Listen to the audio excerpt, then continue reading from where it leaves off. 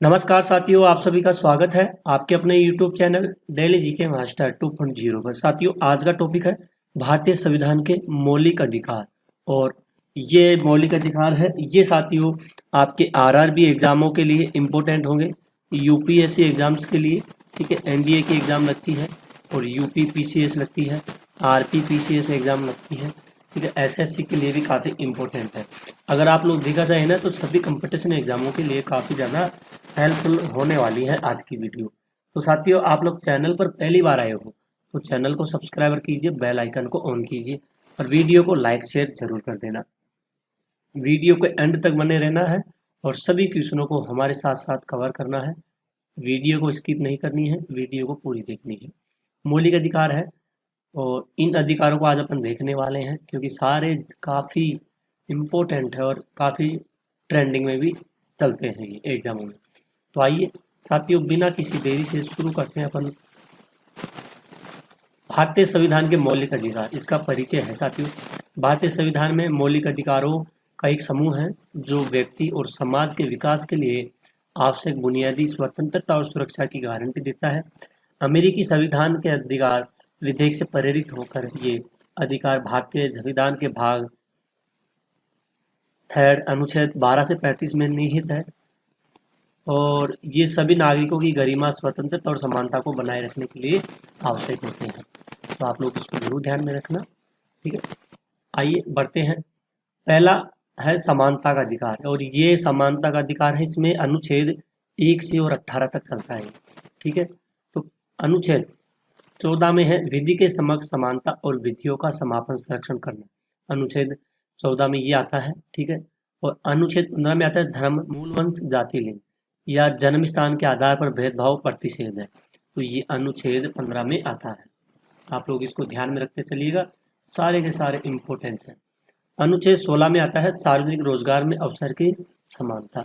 अनुच्छेद 17 में है अस्पृश्यता का उन्मूलन और अनुच्छेद 18 में है उपाधियों का उन्मूलन, सैन्य शैक्षणिक को छोड़कर, ठीक है। ये 18 में आता है। साथियों, जितने भी मौलिक अधिकार है और सबको कवर करने वाले हैं, आप लोग बने रहिए वीडियो के एंड तक। दूसरा आता है स्वतंत्रता का अधिकार। इसमें साथियों अनुच्छेद आते हैं 19 से 22 तक, इसमें अनुच्छेद आते हैं और 19 अनुच्छेद है सह स्वतंत्रताओं की गारंटी देता है, ठीक है। देखो, एक तो देता है वाक एवं अभिव्यक्तियों की स्वतंत्रता, शांतिपूर्वक एकत्र होने की स्वतंत्रता, संघ या यूनियन बनाने की स्वतंत्रता, भारत भर में स्वतंत्र रूप से घूमने की स्वतंत्रता, भारत के किसी भी भाग में निवास करने और बसने की स्वतंत्रता, किसी भी पेशे या व्यवसाय को अपनाने की स्वतंत्रता, ठीक है। इनको भी आप लोग नोट कर लेना।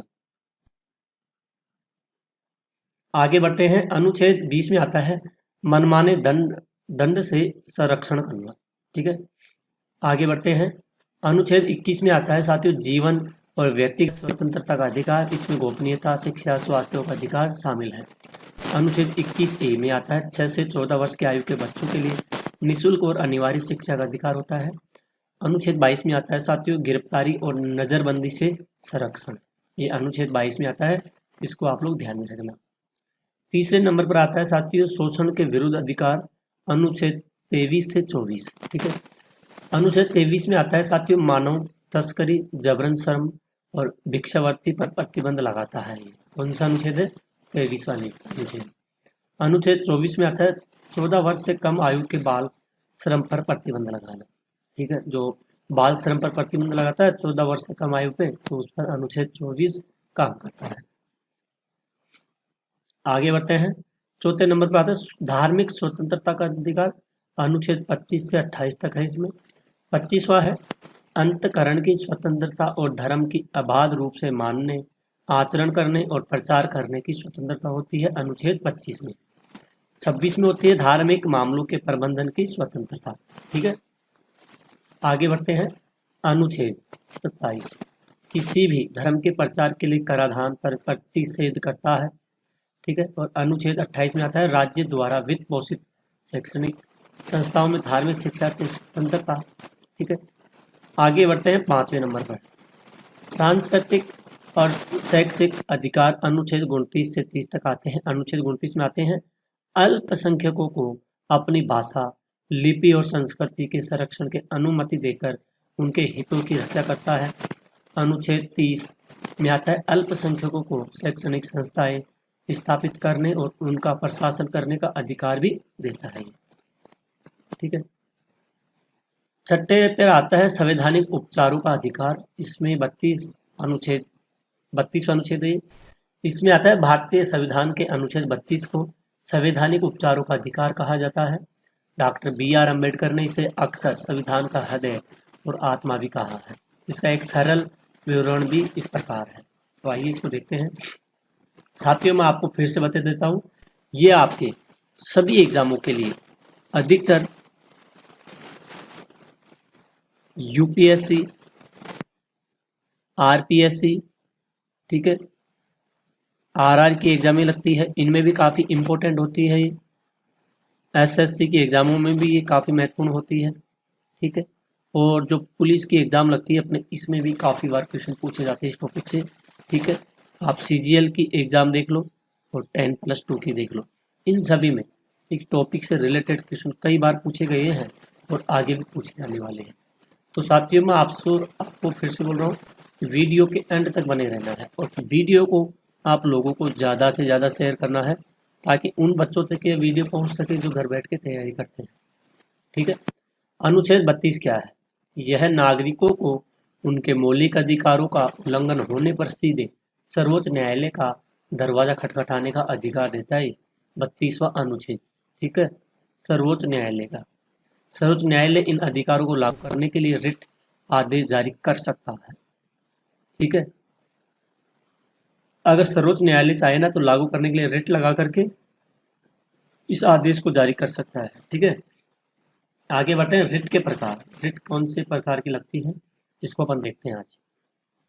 बंदी प्रत्यक्षीकरण, जो शरीर प्रस्तुत करना, किसी को गैर कानूनी रूप से हिरासत में लेना। ठीक है। परमादेश, हम आदेश देते हैं किसी सार्वजनिक अधिकारी को अपना कर्तव्य निभाने का निर्देश देना। ठीक है, ये परमादेश में आता है।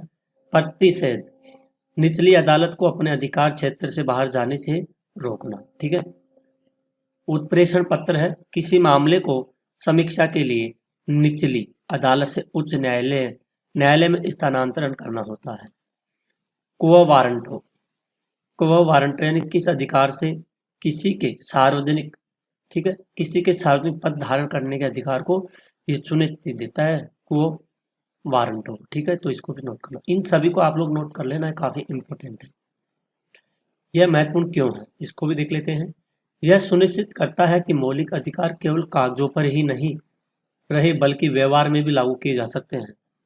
यह नागरिकों को सरकार के प्रति जवाबदेह बनाने का अधिकार भी देता है। ठीक है। मौलिक अधिकार की प्रमुख विशेषताएं क्या हैं, इनको देखते हैं।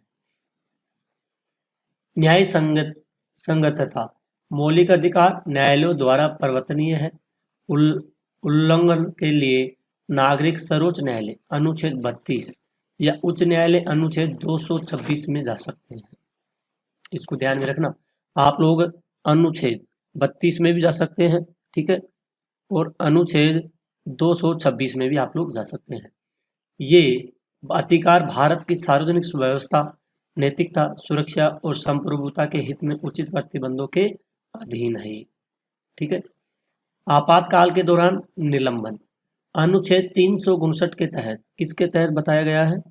359 के तहत मौलिक अधिकारों अनुच्छेद 20 से 21 को छोड़कर राष्ट्रीय आपातकाल के दौरान निलंबित किया जा सकता है। ठीक है, समझ रहे हो ना? 20 से 21 को छोड़ के राष्ट्रीय आपातकाल के दौरान आप निलंबित किया जा सकता है। इसको आप लोगों को ध्यान में रखना है। अनुच्छेद 359 के तहत मौलिक अधिकारों का, ठीक है, ये आपातकाल के दौरान निलंबन करना है, तो इसको भी आप लोग नोट कर लेना। ये भी काफ़ी इम्पोर्टेंट है, एग्जाम की दृष्टि से जरूर ध्यान में रखना। तो साथियों, आगे आता है प्रयोज्यता है, सभी नागरिकों के लिए उपलब्ध है ये। ठीक है, आपको पता है सभी के लिए उपलब्ध होगा ये। और कुछ मामलों में गैर नागरिकों के लिए भी है। कुछ मामले ऐसे होते हैं जिसमें गैर मामले भी होते हैं, तो उसमें भी लागू किए जा सकते हैं। उदाहरण के लिए अनुच्छेद 14 सभी व्यक्तियों पर लागू होता है। अगर आप लोग बोलते हो ना सभी नागरिकों के लिए उपलब्ध है कुछ भी, और कुछ मामलों में, और गैर मामले होते हैं, गैर नागरिक, तो उनमें भी अनुच्छेद 14 ही व्यक्तियों पर लागू होता है। सभी नागरिकों के लिए और गैर नागरिक दोनों के लिए, ये दोनों के लिए क्या होता है, ये लागू होता है। तो आप लोग इसको जरूर ध्यान में रखना, ये काफी इम्पोर्टेंट है। तो साथियों, आज की क्लास आपकी यही खत्म होती है। छोटी क्लास है लेकिन काफी इम्पोर्टेंट है, महत्वपूर्ण है सभी एग्जामों के लिए। आप लोग ये मत सोचना छोटी क्लास है कुछ नहीं है। इस क्लास में 5 मिनट की क्लास में आप लोगों के लिए काफी ज्यादा इम्पोर्टेंट मामले हैं इसमें। तो आप लोग ध्यान से वीडियो को देखिए, बार बार देखिए, और एग्जामों में क्वेश्चन पूछे जाते हैं तो उनको क्वेश्चन करिए यहाँ से। कभी कई बार क्वेश्चन मिलते हैं, कई बार क्या मिलते रहते हैं क्वेश्चन। तो साथियों, आज की वीडियो को यही खत्म करते हैं और मिलते हैं अगली वीडियो में। तब तक के लिए धन्यवाद। जय हिंद, जय भारत।